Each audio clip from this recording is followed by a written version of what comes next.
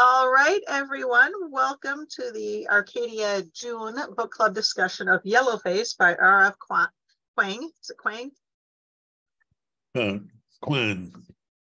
Okay. I think she pronounces it Kuang. I watched a long interview with her today. Okay. Well, I mean, what a great way to start out this book about Asian writers by not being able to pronounce the Asian writer's last name. So, good job, Nancy. Okay, so let's start talking about this, and that could probably lead us right into one of the points of this book being underrepresented authors and who gets to tell the story. And let's go. You want to start, James? Thanks a lot. Well, Mary Pat's not here, so you have to start. Right, that's right. So I'll try to channel Mary Pat. No, I better not. Because anything could come out then. Well, I was drawn to this book. I've never read her before, and I'd read about her and read about her fantasy books, but she sort of fascinated me. Just her story seemed so interesting, and then this book, a couple of friends of mine read it, before it came out, and said, "Oh my God, this book is insane." So I decided to read it, and then I thought, well, there's so much to talk about, and the kind of overriding irony of the whole issue, of course, is that she's writing in the voice of a white woman, which is sort of the biggest, boldest move. Although she's said in a number of interviews, I don't know whether any of you saw the sort of interview with her, quote unquote, in the New York Times right before the book came out, but it's written by Alexandra Alter, and if you haven't read that, I recommend you read it. It's quite informative. And there's a very good interview that I watched today. It's about an hour long, from Barnes and Noble, Union Square in New York, and that was quite huge attendance. My God, there must have been 150 or 200 people crammed into Barnes and Noble. But yeah, and she was very illuminating about a lot of things, and in some cases about her other work. So I think I would recommend that to you too. But it's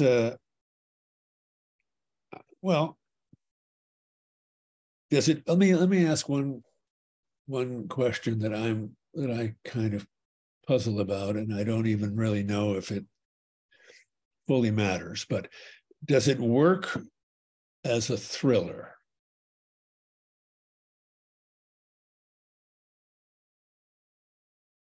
I have to confess to having only read the Alter review, but being so intrigued by that I thought I would just blend into the masses tonight. Silly me. Sorry, everybody. It's okay. I'm pre-writing. It's absolutely fine, but then, of course, you don't have an opinion on whether it's a thriller, whether it works as a thriller. And is anyone else? Did anyone? I think it does. For me, it worked as a thriller in the sense that I thought, like, I really wanted to know what was going to happen next. What's going to happen next? Who is this person? I had a lot of questions during every chapter, or almost every chapter, wondering, like, how does this all fit together? Who are these people really? What are their personalities really? So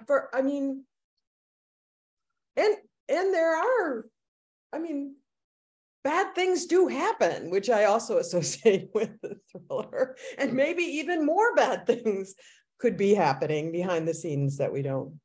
Right. So yeah, it did for me. Yes. Okay. Yeah.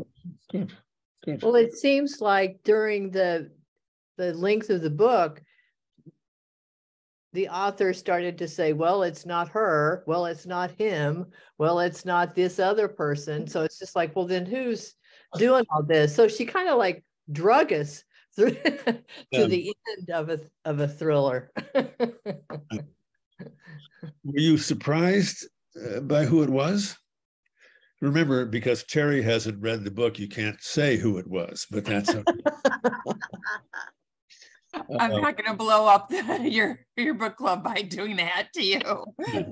Great. I was just joking. Based on free writer. Was anybody surprised, or had you sort of forgotten her? That, you know, because she sort of disappears from the book quite early on. I thought she disappeared, and the few times she was mentioned, I just, you know, that was just sort of in passing. That kind of fooled me. I never saw her as the one. Yeah. Right. Same here. Yeah. Yeah, it was, and particularly the scene, you know, where she's rigged up all of the recording devices and cameras, and yeah, I thought that was really, really clever. It is. Well, you know, when you go back, I went back and I looked at the scene where that woman was asking for some corroboration of the behaviors written about in the book, and then Juniper's decision, you know, kind of saying, you know, it shouldn't. We don't need to have people outside read the book. And of course, she had her own motives for that. But then when I do think the young woman, probably in a work situation, I was trying to think of myself about Arcadia. You know, if somebody on the staff wrote something that was really, really against the store, you know, that's a very troubling, complicated situation to deal with. And I'm not suggesting they should have fired her, but it's, you know, and you want people to be free to express their opinion. I guess I'd start by saying, just because I'm the age I am, maybe you could state your opinion privately rather than on some kind of website. So I don't know. I mean, that made me think a lot. I mean, a lot of things in the book made me think hard about how I would behave. But it was, yeah, I liked the fact, I sort of was mad at myself. I thought, oh, you should have sorted this out. And who else could it have been? You know, it had to be her, you know, but it just, but then I get tricked by thrillers all the time, which right. I like. No, I found it very intriguing, but then in the final scene where it is revealed and there is this, can I say trap? The setup you referred to, I wasn't quite sure how she was meant to have pulled it off to deceive her so much. Yeah. Because it mentioned laughter, and laughter to me is so distinctive. Oh, yeah. I mean, one of the charms of my husband is that he has the most lovely, chuckly laugh. I could never see myself with somebody who had sort of this braying, horrible. I mean, it's a very distinctive thing about a person. So I don't know how that could be. I don't want to say too much for the person who hasn't read it, but I wasn't sure how that was brought about. That's what I'm saying. Well, and it is the tinkling laughter they kept referring to, tinkling laughter. Well, and it is perplexing, you know. We now live in an era where people can create all sorts of plausible things, you know, that come into your ear. I mean, my wife just directed a play about the Constitution and they have the pre-show announcement is done by Joe Biden. Now, Joe Biden doesn't know that he did the pre-show, but it's Joe Biden. They put this thing together, and it's creepy. It's really creepy. Yeah, because if you're not paying attention, suddenly you realize, hey, wait a minute, that's Joe Biden. And then you listen and you think, it really is Joe Biden. How did they get Joe Biden? How did Timeline get Joe Biden to make the pre-show announcement? And then, you finally think, oh, yeah, okay. But then it makes you gulp because you think, oh, that sounded so real that how are we going to know the difference? So, yeah. Okay, well, tell me, somebody talk about their responses. Oh, hi, Kate. I didn't know you were here. I've seen you in a couple of months. That's nice. What did you think about? Well, let's. I'll just ask one more other provocative question, and then I'll let everybody can talk. But the provocative question being, does Rebecca Kuang have the right to write in a white person's voice?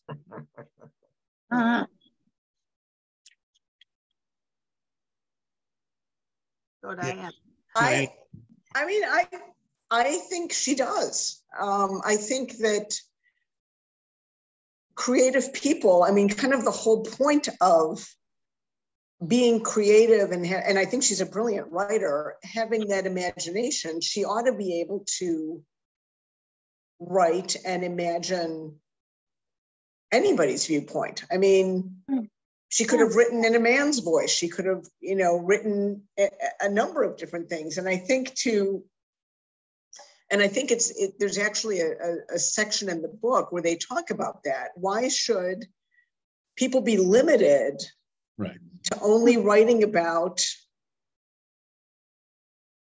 their own perspective? Why should they be limited? And so it didn't bother me that she was writing from a white person's perspective, and I thought she was a brilliant writer.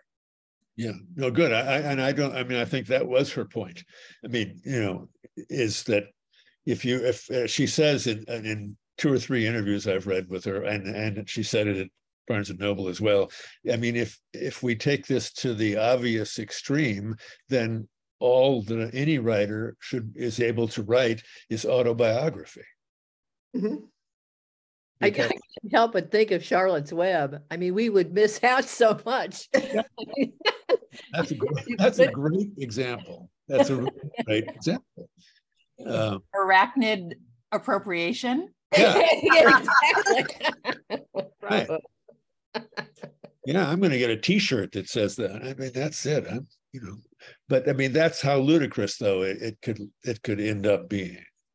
And I think that is her point. Or it's one of the many points that she's making in the book. Other thoughts, comments about that or anything?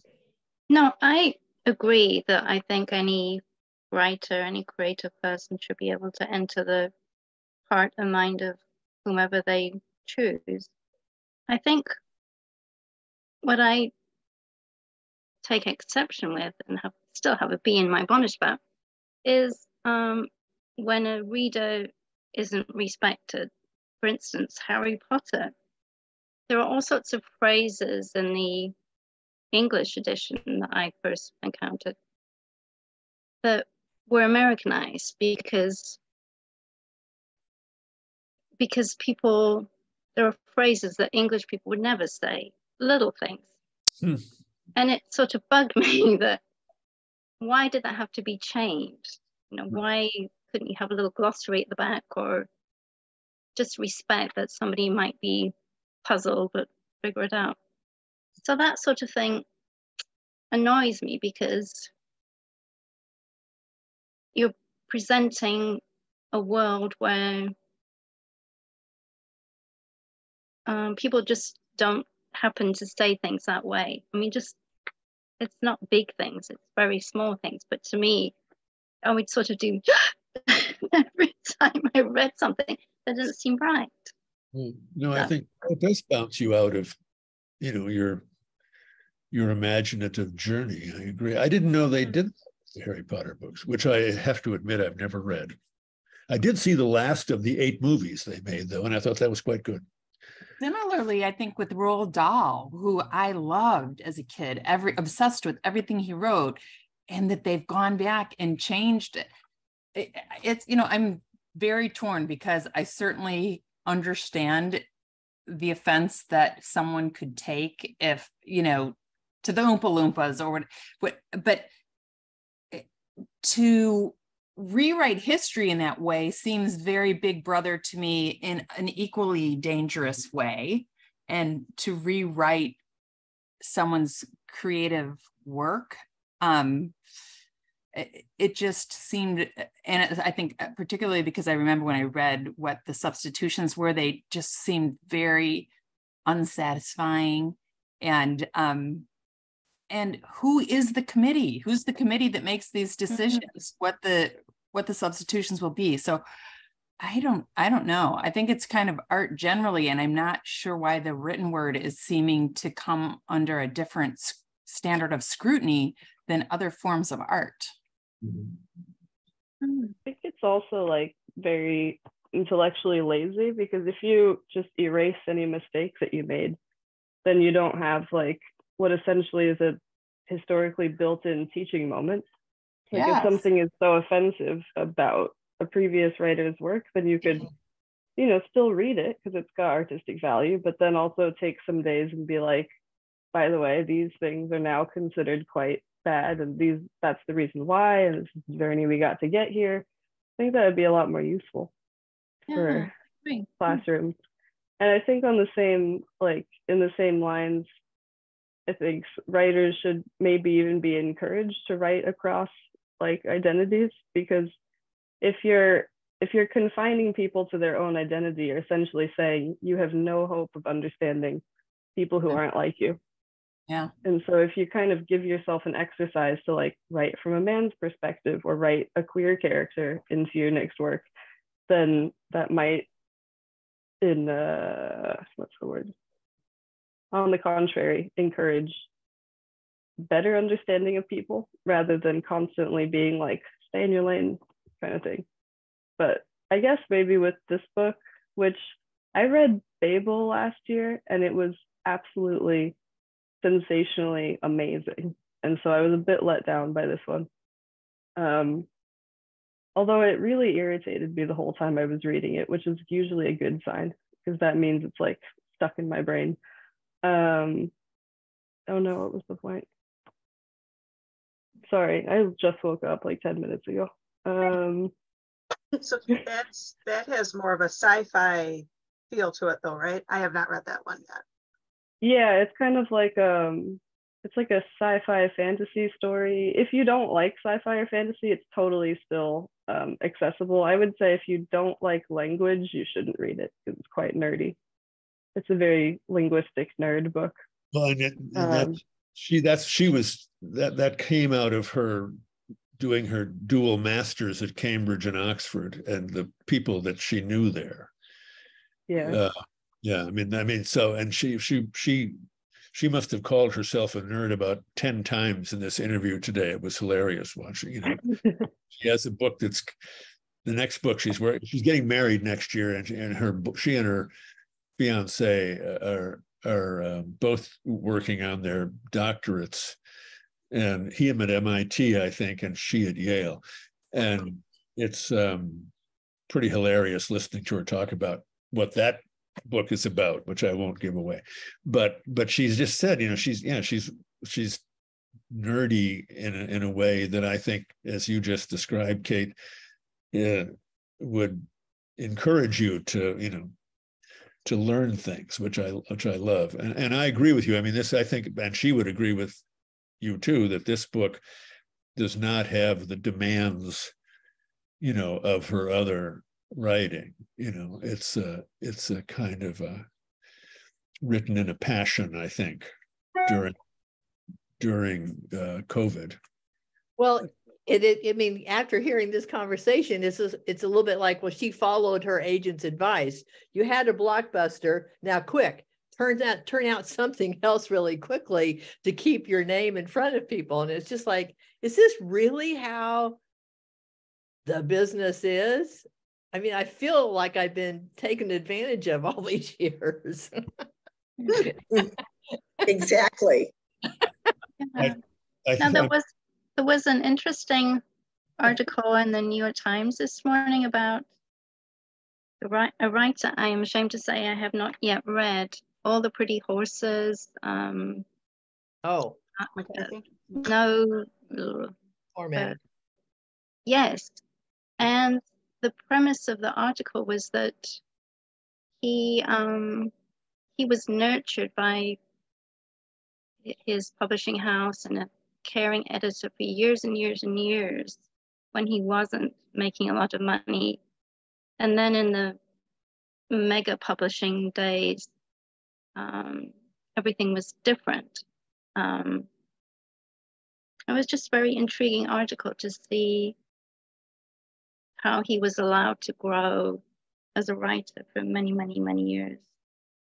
Yeah, I think those days are maybe disappearing.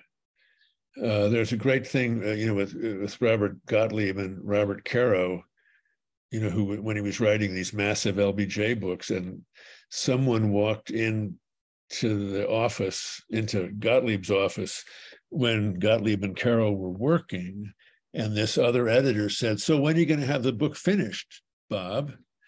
And Robert Gottlieb said, he stood up and he said, you're not allowed to ask that question. That question is never to be asked about this book. It's never to be asked about anything that he writes. And he'll finish it when he's finished, and that's the answer. And get out of here. But I think that kind of devotion to craft, in a business, and that's one of the dangers of the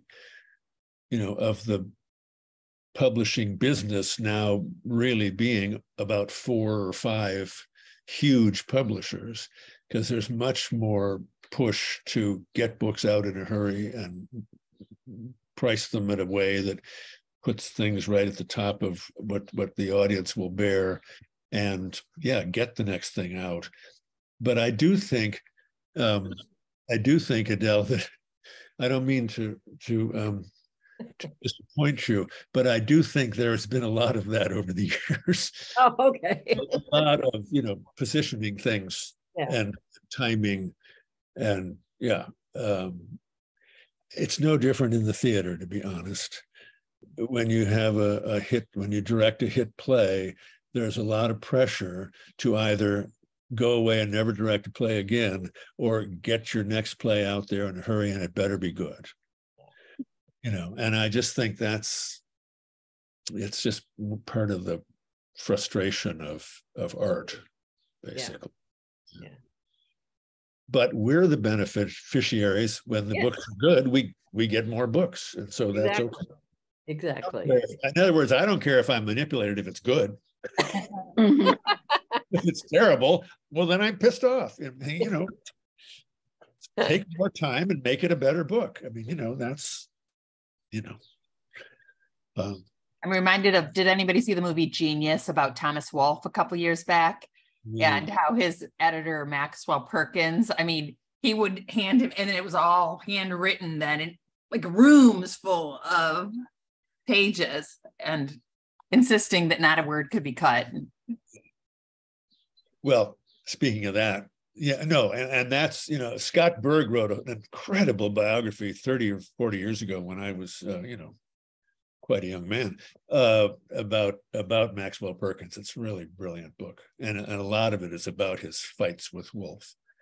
But when Bob Caro brought The Power Broker to Robert Gottlieb to edit, they decided to work together. When the book was published, Gottlieb had persuaded Caro through, I think, a lot of violent arguing, to cut almost 400 pages of the text. because that was in a time when he said, I don't want 2 volumes. You can't, his famous quote about it was, I can get people to buy 1 book about Robert Moses, but I can never get people to buy 2 books about Robert Moses. And they cut 400 pages and it won the Pulitzer Prize. And then they worked for the next 40 years on the LBJ books. And unfortunately, Gottlieb died. I don't know what Carol's going to do now. He's still writing the 5th volume, but he's 87 and Gottlieb was 92 when he died. So it's just pretty amazing. What about the main event of the book? I mean, when I wrote about it for the newsletter, I said, one of the things I liked about the book is it kind of keeps bringing the mirror back to yourself to say, what would I do in this situation? And the fact that there's this manuscript that she's now looked at, and it seems to be good. She hasn't looked a whole lot at it, but she also knows the idiosyncratic behavior of her friend or her frenemy, and that she doesn't share it with anyone else.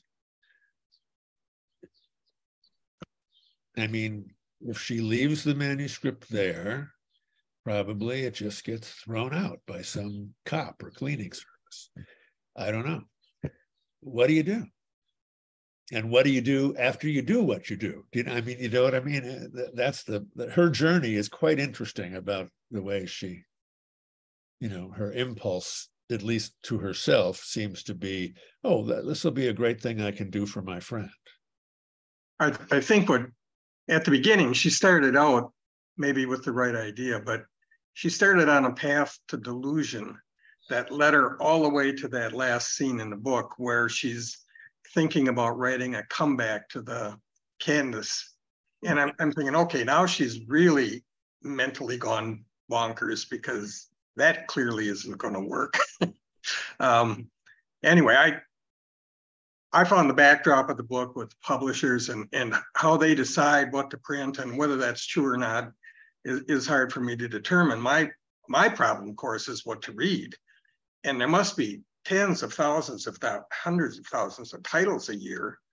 And so, of course, I look to Arcadia, other book clubs, and Goodreads, and articles in New York Times or something on a book review. But it's really hard even to decide what to read, let alone to decide what to publish. I would think that would be a terrible job. Yeah, no, it is very hard to decide because there's just too much that's available. And then if, people write really good books that are quite long, that's a whole nother issue, because especially for Nancy or for me or for Todd or sometimes Natalie, you've got to read something because you have to write about it fairly quickly. And I just read Jonathan Ives, wonderful Martin Luther King book. It was 550 pages. And all I can say is, thank God it read sort of like a thriller. I mean, it was he's a very deft writer and he could move the pace of the book is phenomenal, but it's 550 pages and I don't read quickly. And that's hard, I mean, and I hate to make decisions. We're kind of talking about what we're going to write about or what the next 2 months are going to be or what the next book club's going to be. And you were thinking, well, that's a great book, but it's 500 pages. So yeah, it's hard. It's really hard.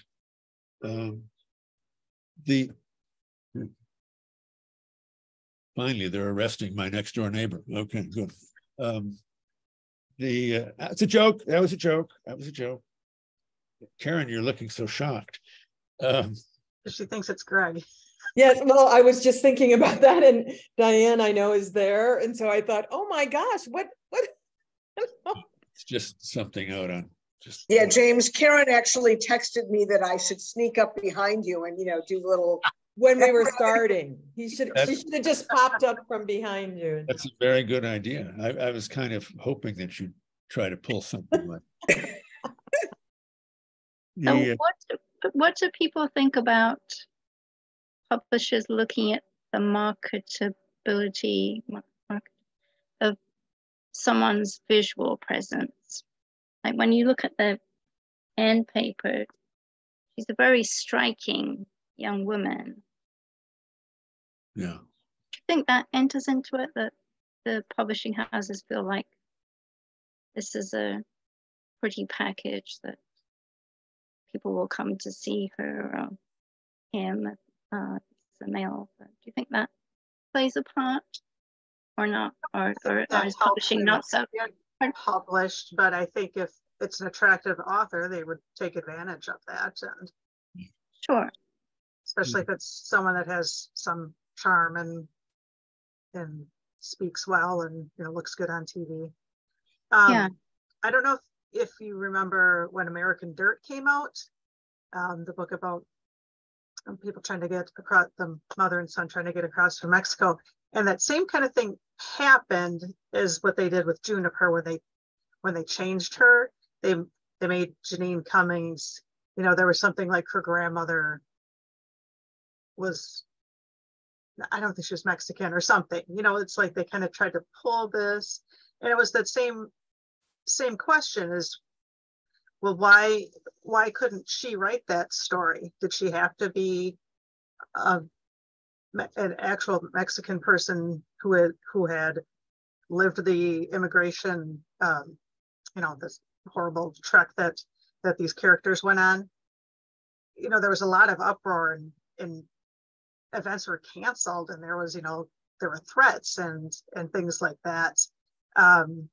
So it's the question of why, who can tell the story, like we talked about a little bit, but also the publicist kind of turning it to make it seem like Janine had Hispanic background, like they change Juniper's name slightly and put a filter on her so her skin is a little bit darker.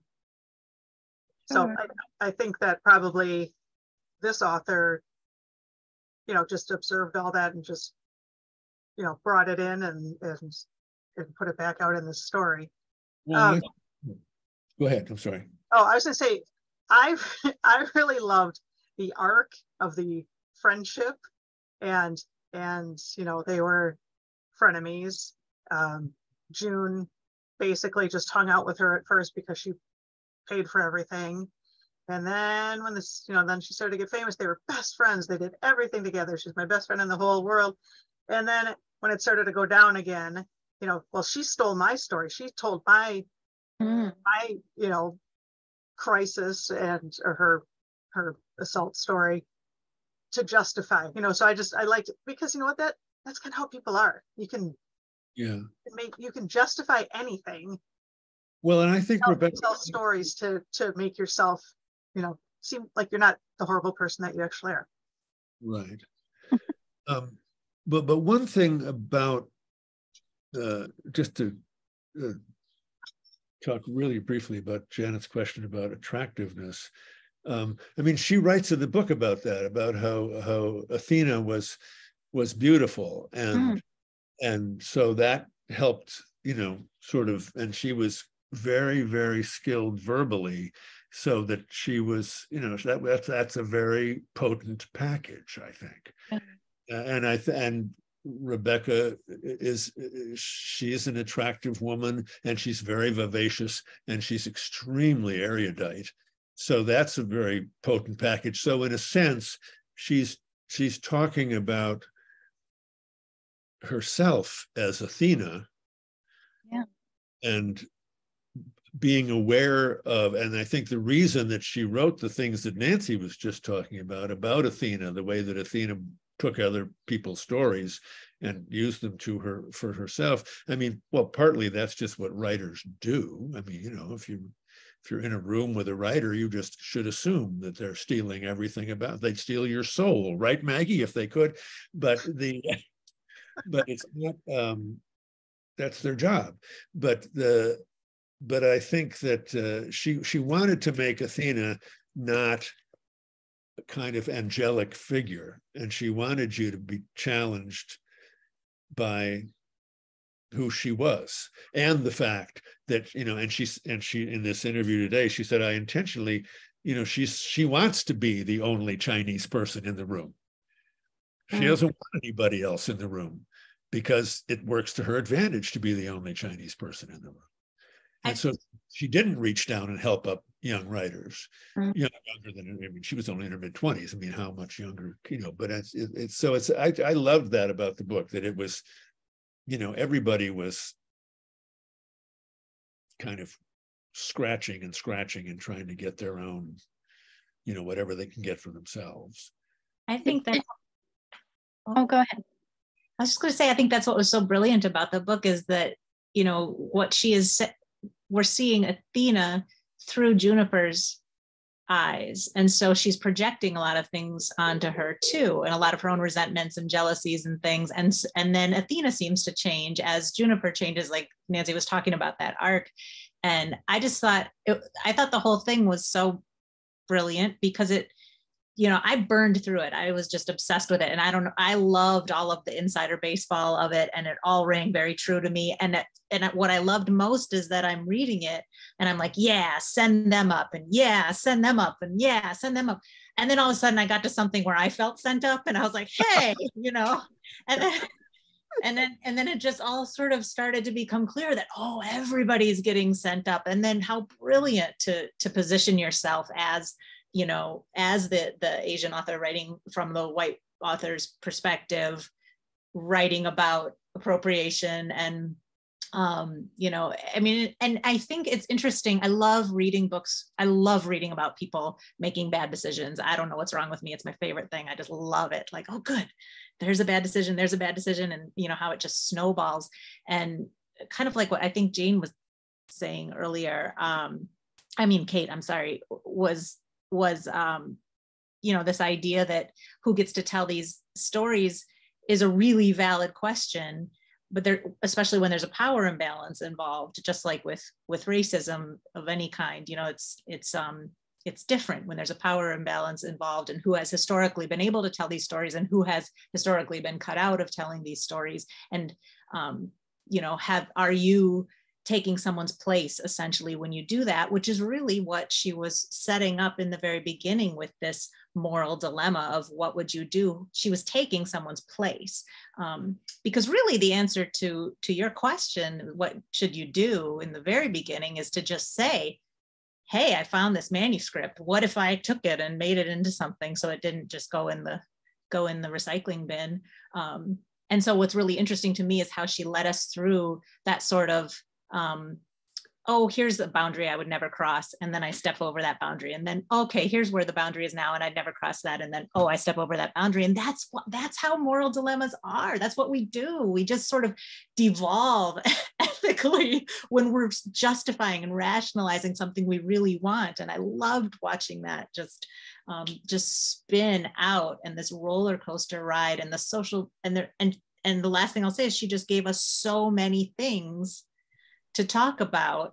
If it were just about who gets to tell stories, that would be an interesting book and we can have a whole conversation about it, but it was about all these other things too, and cancel culture and social media and how we put people on a pedestal and how we tear them down and how much we get so frothy. We just love to see somebody else go down until it's us. And we love to say what we would do in that situation until we're in that situation. And I just love all that gray area. So I thought it was I thought it was so fun. I loved reading it. So thank you for this choice, and I'll stop babbling now.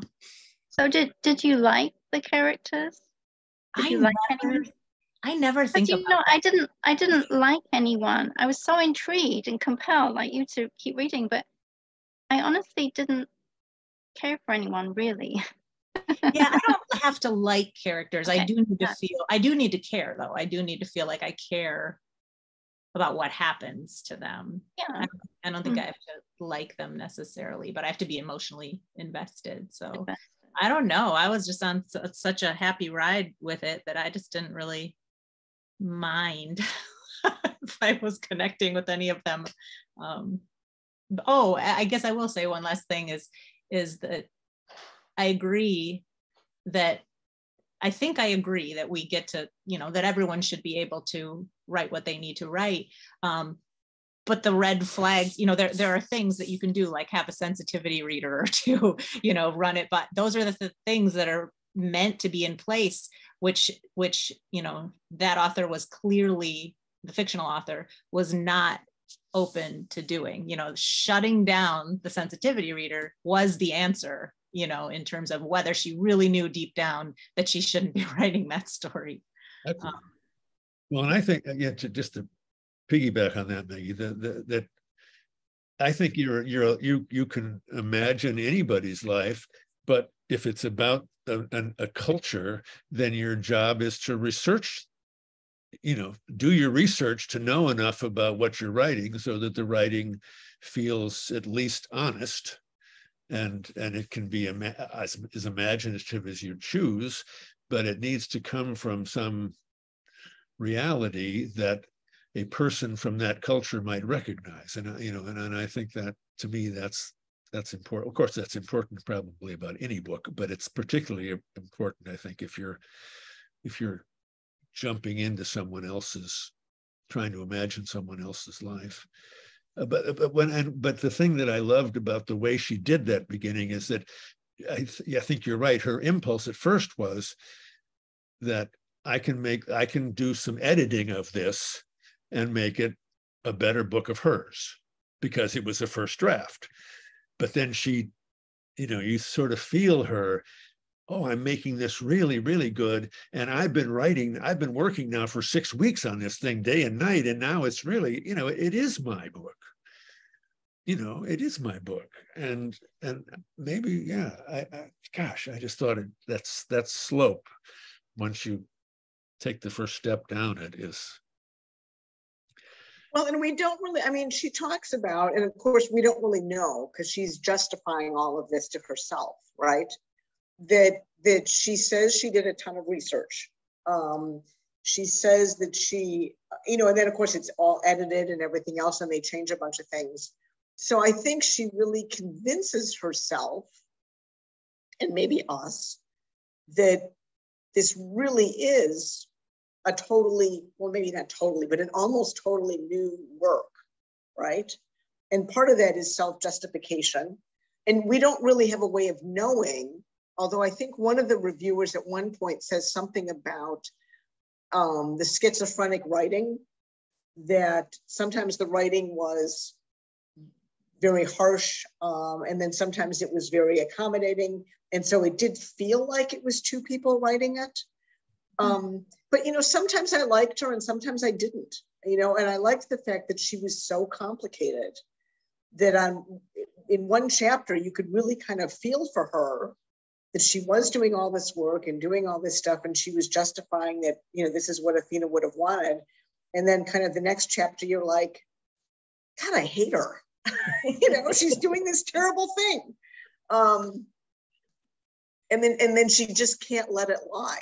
She has to go and do it again, take another paragraph. And then that's what undoes her. And then even then, when she's trying to come up with a third book, she keeps going back to, trying to write something about, from the research she did about Chinese history. And you keep wanting to just slap her and say, write something else, move on to something else. But it's like she can't help herself. Yeah. Yeah, it's like at the beginning of chapter 15, the first sentence is, I should have left things there. It's just like, yeah, you should have. But I my last thing to say is that I was always nervous picking it up to read, which is for me kind of a good sign. I was approach avoidance. I was scared what she was going to do next. So I thought it was. I agree with, sorry. Yeah. Go ahead, Kate. I agree with Diane and Adele about both of what they said. And I liked that she was complicated, because I've been reading a lot of Scandinavian thrillers and romance novels recently, and the characters are just they're very two-dimensional, especially romance novels. They're always the paragons of good people. And it's just the circumstances that are complicated, and really that's very boring. So I liked that she was such a maniac, but I think you guys are being so generous to her at the very beginning. You really think that she had Athena's best interests in mind? After watching her friend die, and Maggie was saying, you could take this manuscript. She clearly knows how to be a stalker person and find Athena's mother or like her publisher or someone, be like, okay, I found this. I think it's got potential. What do you think if I take care of it? And if they say no, you live with those consequences. Like, what would possess you? I think I have a hard time with this. Like, I know it's kind of like, oh, you never know what you're going to do in this situation. But in this situation, I can tell you with absolute confidence that this is crazy. And I think she's just super delusional from the very beginning, which is, I think, is what works. Like, she's so unhinged from page one that you don't even get like a descent into madness. It's more like she's already there and it's just pulling back layers until she comes closer to realizing, oh, wow, I've gone off the deep end. And then she kind of starts re-justifying it again, building the layers back up. But I don't think for a second that she had anyone's best interest in mind except for herself. That's all. Well, she convinces her. I mean, I agree with you. That's exactly what she should have done, was taken the manuscript and said, you know, I found this, I think I can make something out of it. But I think, and this is the way she gets tripped up in the end too, is that Candace, I think from the beginning, realizes how fragile and delusional and everything she is. And that's why she's able to push her to the edge where she finally does confess on those steps. You know, she's pushed her by appearing and by all the social media stalking and by all the stuff. She knows that she's got somebody who's got some really emotional issues, and she pushes her to the brink. Mm-hmm. She manipulates her. Well, it's a little like the telltale heart, you know, like just sit there and you say nothing and let them keep talking in their guilty conscience. You know, they'll come out with the truth eventually. Well, and, yeah, it's like the cover-up is always worse than the crime cliche. Well, and Kate, I mean, the nice thing too, Kate, is that what gets laid in very, you know, within a page or two of the big book's beginning is how jealous she is of Athena. So that she's, you know, she says, and you know, if you went to school together, and in the back of your mind, you're not revealing it to us yet, but in the back of your mind, you always felt like, I told this friend a really crucial personal story, which she turned into a story that got printed, got published, and then we both came out of college.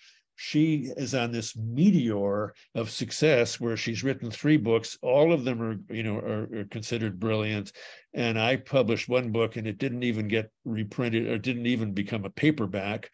I just feel like she throws so much of that stuff at you so quickly that you have to sort of go back and go, yeah, well, sure. I mean, she's the sort of quintessential unreliable narrator. And she's, you know, she's saying, she's already told us really, you know, nothing would make me happier than Athena writing a terrible book, you know, or whatever. But I agree that it's that probably in her heart of hearts, she knew where she was going right away.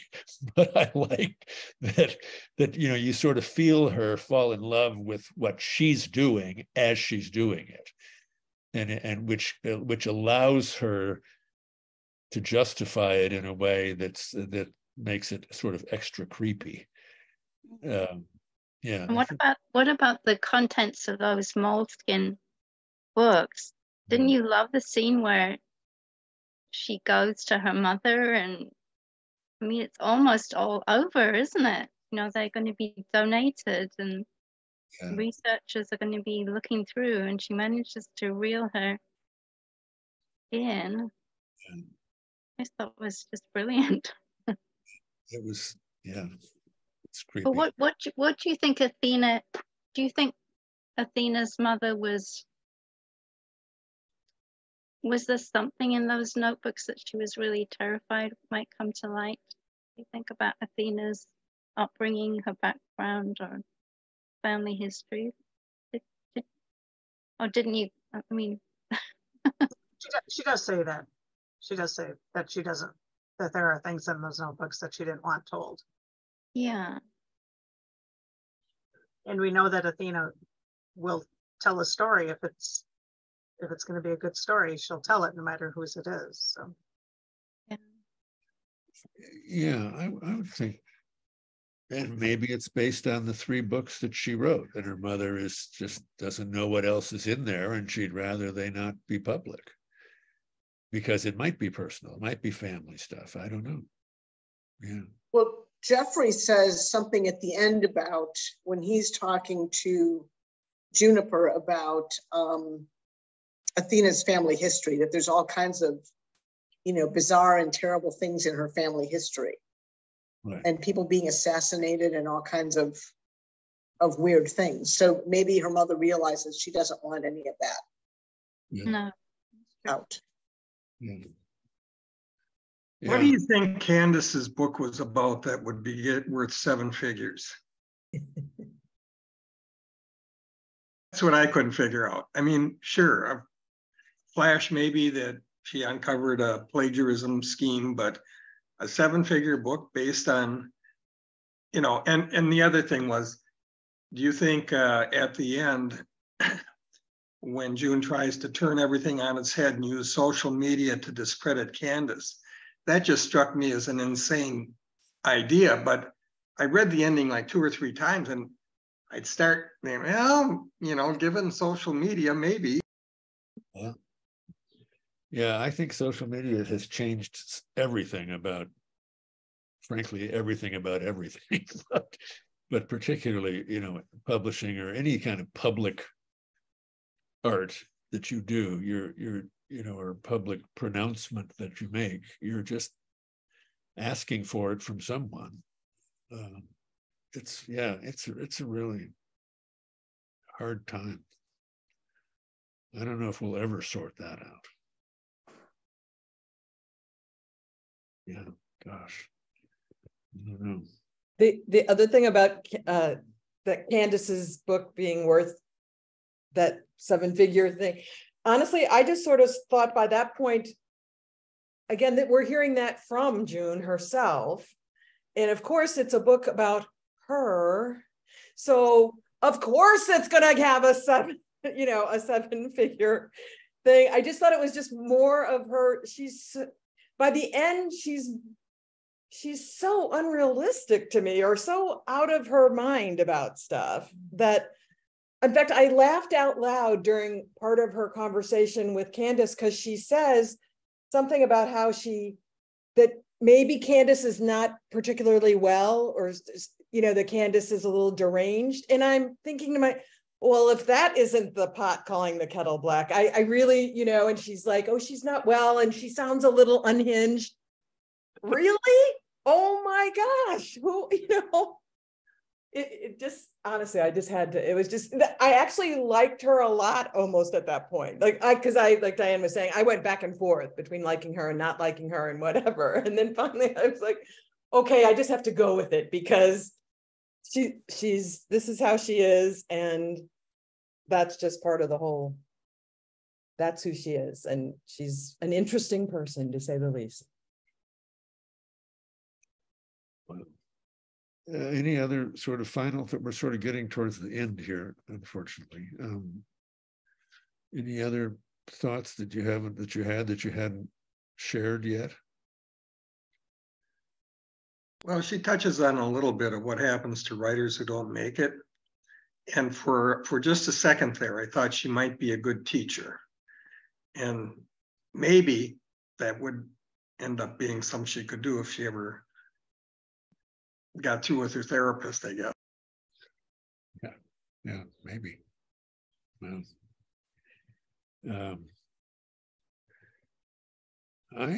she showed us she was a terrible teacher. Remember how she eviscerated that poor girl?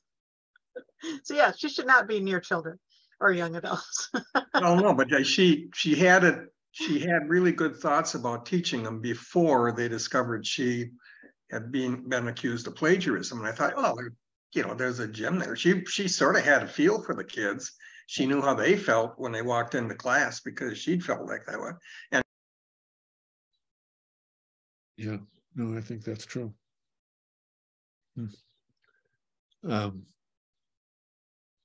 Anything else? Any other comments?